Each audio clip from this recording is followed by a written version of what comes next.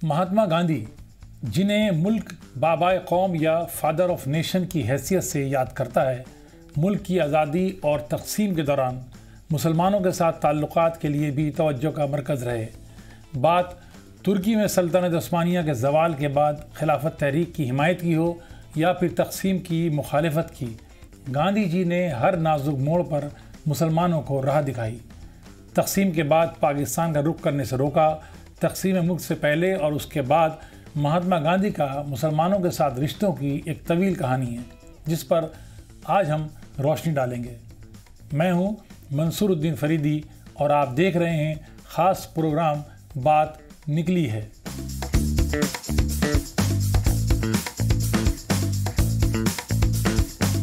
बात गांधी जी और मुसलमानों के रिश्ते की है। ये कहानी तवील है, इसके असबाब और वाक़यात भी कम नहीं। मुस्लिम दोस्तों की भी एक लंबी फहरिस्त है।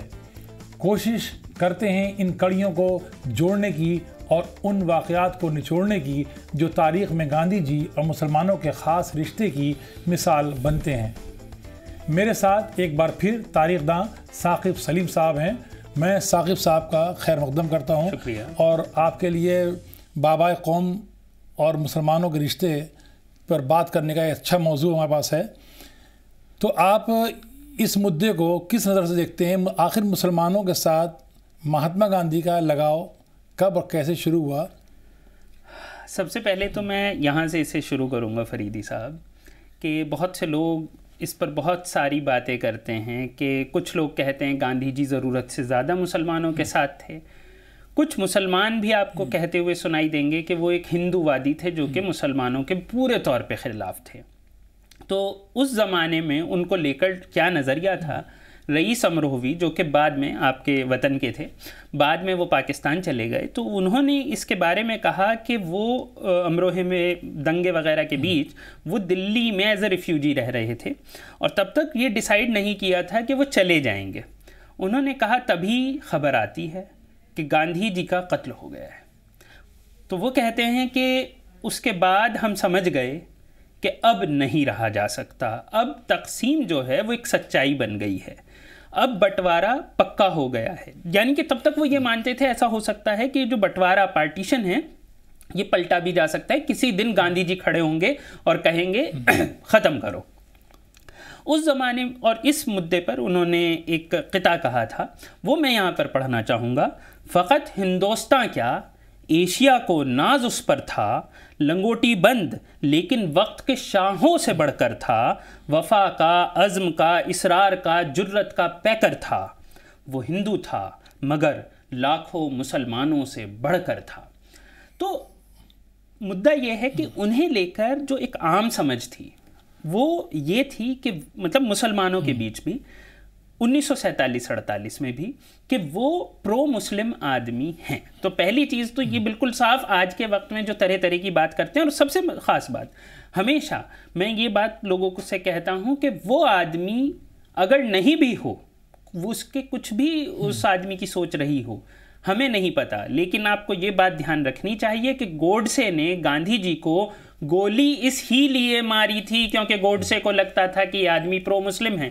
उस आदमी ने मुसलमानों की तरफदारी करने के नाम पर गोली खाई है। वो मुसलमानों के लिए शहीद हुआ आदमी है, किसी और वजह से उस आदमी को गोली नहीं मारी गई है। तो ऐसे में ये अपने आप डिबेट ख़त्म हो जाती है कि वो थे कि नहीं थे। सबसे बड़ी बात है उन्होंने इसी के लिए जान दे दी। उन हालात में तक़सीम के वक्त क्या मंजर होगा, क्या हालात होंगे, उन हालात में बोलना, कम से कम न्यूट्रल होकर बोलना भी ख़तरनाक होगा। नहीं, सिर्फ बोले नहीं, वो जगह जगह गए। और उस वक्त पे तक़सीम के वक्त पर वो आप देखिए बिहार में दंगों के एकदम बाद वो पहुँचे, दिल्ली के दंगे तो उन्होंने रुकवा ही दिए थे और वो उनसे अपनी मौत से ठीक पहले वो कुतुबुद्दीन बख्तियार काकी के रिफ्यूजी कैंप में पहुंचे थे। तो अगर गांधी जी को देखा जाए तो सबसे पहली चीज़, एक डिबेट बिल्कुल साफ है कि गांधी जी को मतलब उस ज़माने में कैसे देखा जाता था। आज के वक्त में हम लोग बहस करते रहें, उस वक्त में गोडसे ने इसी चीज़ के लिए उनको गोली मार दी। अच्छा, ये मुसलमानों के साथ महात्मा गांधी का जो भी अटैचमेंट था, ये साथ था, वो कोई नया तो था नहीं, पार्टीशन के वक्त तो पैदा हुआ नहीं था। मतलब कहते हैं कि 1888 में जब वो लंदन गए तालीम के लिए, तब वहाँ पर उनकी जो दोस्ती हुई थी उसमें अली इमाम, मोहम्मद शफ़ी और हसन इमाम जैसे नाम थे, और मसरूल हक साहब भी थे। तो ये नाम थे जिनसे उनकी दोस्ती हुई थी, और तालीम के आगाज़ पे उनके दोस्त थे, वहाँ से सिलसिला शुरू हुआ था। अब वो आपने जैसे कहा कि बिहार तक, वो चंपारण तक वो मसरूल हक साहब से रब्ता रहा और साथ रहा। तो वहाँ पर सबसे, ये आपने बहुत अच्छी बात कही कि जब ये इंग्लैंड पहुँचे तो इंग्लैंड में वो बहुत गहरी दोस्ती तो नहीं, लेकिन शुरुआत की दोस्ती शुरू हो चुकी थी। उसके बाद जब ये हिंदुस्तान वापस आए और फिर 1893 में ये साउथ अफ्रीका गए, तो साउथ अफ्रीका ये जिस केस के सिलसिले में गए थे वो एक गुजराती मेमन मुसलमानों की फर्म थी, सेठ अब्दुल्ला करके होते थे। उनका अपने ही एक कज़न के साथ ज़मीन जायदाद का कुछ मुद्दा चल रहा था, शायद 40,000 पाउंड का केस था। वो उस ज़माने में बहुत बड़ी रकम होती थी, तो उसका केस था। ये इधर से गए थे और वो सालों पुराना केस था। तो सामने उनका नाम क्या था, कोई से शायद मोहम्मद समथिंग, हाजी मोहम्मद समथिंग था, वो भी वहाँ पे सारे मेमन हाजी ज़रूर थे। तो उनका केस इन्होंने वहाँ पर लड़ा, और ख़ास बात यह है कि जो केस चल रहा था, इन्होंने सालों पुराने उस केस को आउट ऑफ कोर्ट सेटल करा दिया था, और ये एक बहुत बड़ी कामयाबी थी। और गांधी जी ये कहते हैं कि इसके बाद मैंने पूरी ज़िंदगी इस बात को समझा कि वकील का काम लोगों के झगड़े को कोर्ट में सॉल्व करना नहीं है, उसका काम है कि उसे वो आपस में सॉल्व कर दे, और मैं ज़िंदगी भर अब यही कोशिश करता हूँ। उसके बाद आप देखिए कि वहाँ पे उन्होंने साउथ अफ्रीका में सत्याग्रह किया। आपके हाजी हबीब थे, सेठ हाजी हबीब थे जो इनके बहुत ख़ास साथी थे। हाजी अदम थे, हाजी उमर जौहरी भी थे, हाँ वो भी थे। तो इनके इतने सारे साथी मेमन थे। तो अगर देखा जाए तो साउथ अफ्रीका में, बल्कि जो इनका पहला, जब साउथ अफ्रीका में पहले सत्याग्रह की तैयारी हुई, एक बिल आया था कि इंडियंस से वोटिंग राइट्स लिए जाएंगे, तो उस मीटिंग में ज़्यादातर मुस्लिम ही थे। और बाकायदा वहाँ पर जब ये बात कही गई कि ये काम कैसे होगा, तो नारा यही लगा, अल्लाह कराएगा। तो ये ऐसे हालात में, इस तरीके के माहौल में इन्होंने साउथ अफ्रीका में सत्याग्रह शुरू किया था। और साउथ अफ्रीका के लोगों के बीच, ये वहाँ पर ज़्यादातर मेमन थे, गुजराती लोग थे, गुजराती बोलते थे। गांधी जी को बुलाया ही इसलिए गया था कि कोर्ट की लैंग्वेज अंग्रेज़ी थी, सेठ साहब जो थे वो गुजराती जानते थे, तो उन्हें एक आदमी चाहिए था जिससे दोनों ज़बान आती हूँ, तो वो गांधी जी थे। तो गांधी जी जो थे, वो उनका जो करियर की शुरुआत है वो पूरे तौर पे मेमन मुसलमानों के बीच हुई। साउथ अफ्रीका में उन्होंने नाम कमाया, उनके साथ खड़े होकर उन्होंने मूवमेंट शुरू किया। और इसमें सबसे मज़ेदार बात यह है, जब ये वापस आए 1915 में भारत, तो भारत वापस आने के बाद ये सभी को पता है, गोखले साहब इनके एक मेंटर थे। तो गोखले साहब का बहुत पहले से ये था कि हिंदू मुस्लिम एकता के बिना कुछ नहीं हो सकता है। तो ये आए, और उसके बाद ये सबसे पहले अगर ये कहीं गए तो ये गए सिंध में पीर के पास, पीर लुआरी के पास। ये क्यों गए? पीर लुआरी के पास ये इसलिए गए कि साउथ अफ्रीका के जो मेमन थे वो उनके मुरीद थे, तो उनका रेफरेंस लेकर ये लुआरी के पीर के पास पहुंचे थे। वहाँ पर जाकर इन्होंने कहा कि हमें कुछ करना चाहिए, हम सोच रहे हैं।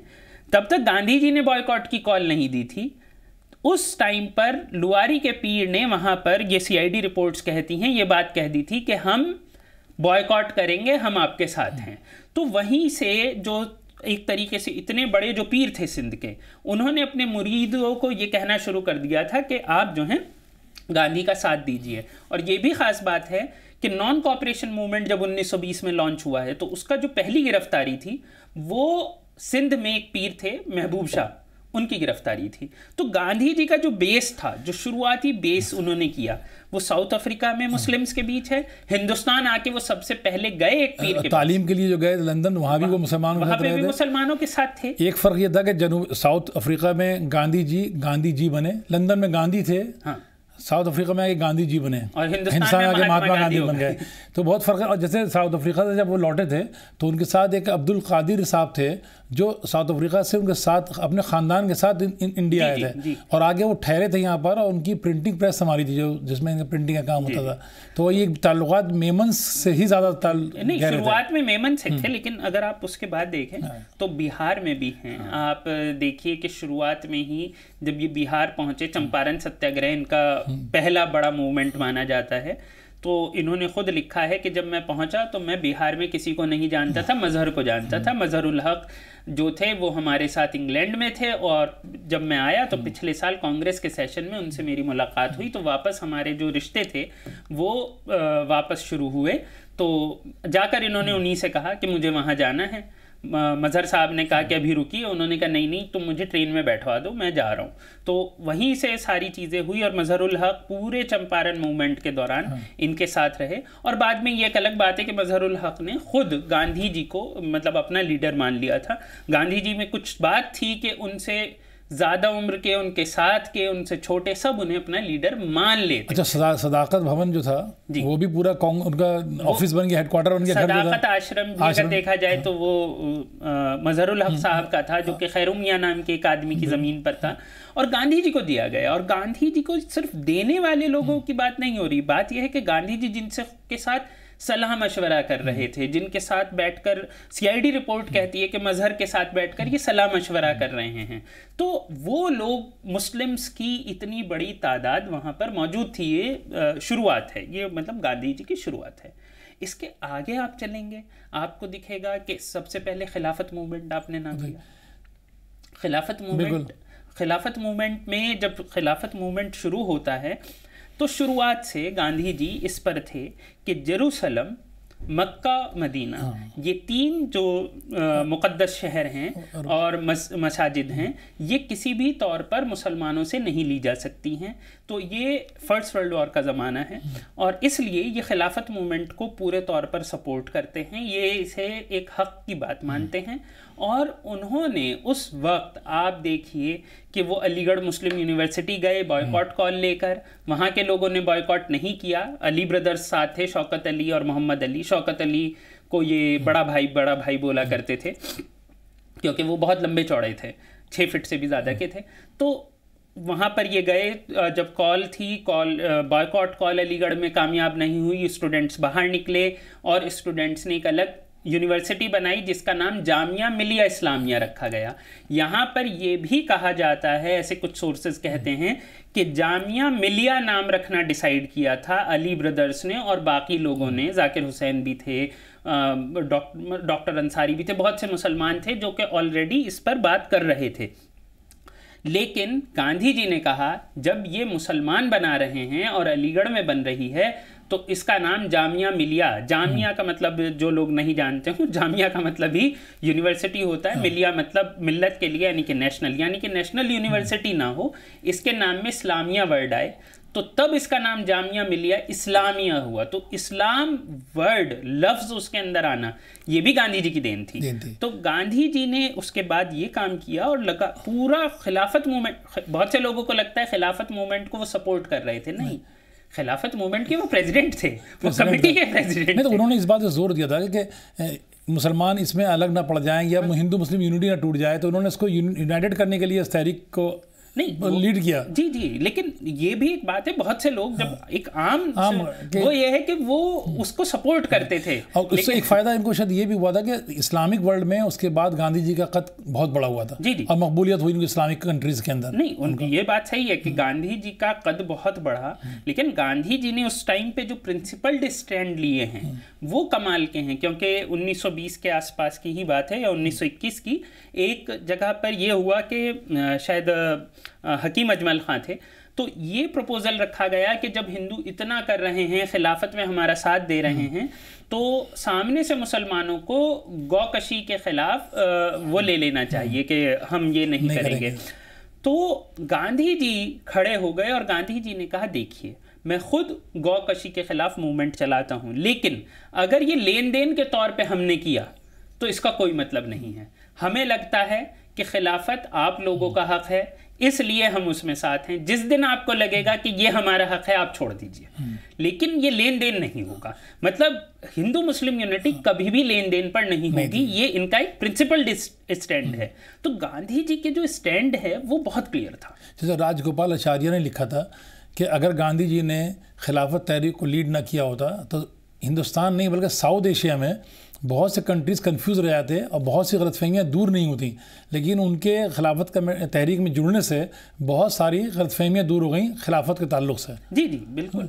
खिलाफत को लेकर उन्होंने जो किया वो मतलब, और ये नहीं कि खिलाफत पे वो आखिर तक रहे, मतलब बहुत लोगों ने इस मुद्दे को छोड़ दिया, खुद अली ब्रदर्स उस मुद्दे से बहुत दूर भटक गए, लेकिन गांधी जी ने 1946 तक लगातार ये लिखा कि जेरूसलम जो है वो मुसलमानों को दिया जाए, जिसे हम फिलिस्तीन इशू कहते हैं। वो लगातार इस पर रहे कि ये जुल्म है, ये कभी भी उन्होंने इस स्टैंड को नहीं बदला था। और ख़ास बात, आप इजिप्ट के साथ उनको देख लीजिए, इजिप्ट के साथ उनके रिश्ते लगातार हैं। वो इजिप्ट गए थे राउंड टेबल कॉन्फ्रेंस के दौरान, और इजिप्ट के अखबारात में ये तक लिखा गया कि अगर कमाल पाशा हीरो है तो गांधी नबी है। मतलब ये इज्जत दी गई। तो ये इज्जत भी थी उनकी, और वो उन सब के साथ मतलब मेल जोल का उनके एक साथी अब्बास तैयब जी थे, जिनकी फैमिली अगर हम देखें, तैयब जी फैमिली बहुत इंपॉर्टेंट फैमिली है, और उसी घर से आमिना तैयब जी थी जो इनके बहुत क्लोज थी, और उर्दू भी सिखाई थी उन्होंने मेरे ख्याल में गांधी जी को। उर्दू तो इन्होंने धीरे धीरे, लेकिन बहुत ज़्यादा अच्छी नहीं सीखी कभी, अगर देखा जाए तो करते वो गुजराती ही थे और इंग्लिश भी यूज़ करते थे। लेकिन हाँ, ये बात सही है कि गांधी जी ने जो सबसे बड़ा काम, मतलब जो बहुत सारी चीज़ें लगातार करी, एक और चीज़ इन्होंने करी कि इन्होंने मुस्लिम लीडरशिप को डेवलप करने की कोशिश की। बहुत से लोग ये इल्ज़ाम लगाते हैं कि नहीं की। आपको ये समझना पड़ेगा कि शौकत अली, मोहम्मद अली, वो ठीक है, वो ठीक ठाक नेता थे, लेकिन उन्हें पूरे हिंदुस्तान में घुमाना, उन्हें स्टेज पे बैठ के बड़ा भाई कहना, उनकी माँ को अपनी माँ कहना, और ये सारी चीज़ें गांधी जी ने की हैं। गांधी जी ने इसके बाद खान अब्दुल गफ्फार खान पर जिस तरीके से उन्हें आगे बढ़ाने के लिए काम किया है, कभी उन्हें दूसरे नंबर पर नहीं रखा। ये नहीं है कि भैया खान अब्दुल गफ्फार खान छोटे आदमी हैं, इज्जत के साथ उनसे पेश आए। उन्होंने हमेशा कोशिश की। खान अब्दुल गफ्फार खान हमेशा, अगर आप देखें तो वो खुद गांधी जी के ख़ास थे, और गांधी जी ने आखिर में यही कहा कि मेरा अब एक ही आदमी बचा है। वो जब तकसीम की बात आ गई और कांग्रेस मान गई थी तकसीम पर, तो गांधी जी ने ये बात कही है कि मेरा एक ही आदमी बचा है, वो ये है। तो और उससे भी बड़ी बात कि वो हिंदू मुस्लिम फसादात में हमेशा परेशान रहे, वो हिंदुस्तान की तकसीम के ख़िलाफ़ थे, और वो किसी भी पॉइंट पर आप अगर उन्हें उठा के देखेंगे तो उनके रिश्ते, जैसे कि बहुत से लोग कहते हैं कि मतलब वो सिर्फ एक, बहुत से लोग कहते हैं कि वो सनातनी हिंदू के अलावा कुछ भी नहीं है। ऐसा नहीं है। उनके जो मुसलमानों से रिश्ते थे वो बहुत गहरे थे। और सबसे बड़ी बात ये है कि जब 15 अगस्त में सब लोग जश्न मना रहे थे, ठीक है, जो लोग अपने आप को बहुत मुस्लिम लीग वाला कहते थे वो अपनी तरफ जश्न मना रहे थे, जो इधर वाले थे वो भी अपना जश्न मना रहे थे। ये आदमी जश्न नहीं मना रहा था। ये दंगे जहां पर हुए थे वहां पर एक घर में बैठा हुआ था, और ये लोगों से अपील कर रहा था कि मारकाट बंद हो जाए। तो ये इस आदमी की, मतलब आप ये समझिए कि जब एक ट्रांसफर ऑफ पावर चल रहा है, गांधी जी हीरो हैं उस पूरी इंडियन फ्रीडम स्ट्रगल के, गांधी जी ने उसमें हिस्सा नहीं लिया है। गांधी जी बाद में आए, दिल्ली में आए, दिल्ली में आके इन्होंने, दिल्ली में दंगे चल रहे हैं, दंगे रुक गए, बल्कि बहुत से लोग ये कहते हैं कि दंगे पूरे तौर पे उनके कत्ल के बाद रुके, लेकिन गांधी जी दिल्ली में आए, दिल्ली में उन्होंने दंगे रुकाए। ये भी उनका एक बड़ा रोल है। और कहीं ना कहीं उनका ये जो सारी चीज़ें हैं, जब आप इसे पास से देखते हैं तो इसमें एक और आदमी का नाम आता है। जब क्विट इंडिया मूवमेंट हुआ उस वक्त जो उनके बिल्कुल शाना बशाना जो एक इंसान था, उसका नाम यूसुफ मेहर अली था। वो यंग थे वो बड़े, और गांधी जी से छोटे मोटे इख्तलाफ भी होते रहते थे, लेकिन गांधी जी, क्विट इंडिया नारा ही उस इंसान का था। गांधी जी ने उसी आदमी के नारे को इस्तेमाल किया, और क्विट इंडिया की जो पहले प्लानिंग थी थोड़ी बहुत जो भी ज़मीन पर थी, वो नेहरू जी, पटेल जी, इन लोगों ने नहीं करी है, वो यूसुफ मेहर अली के थ्रू कराई गई थी।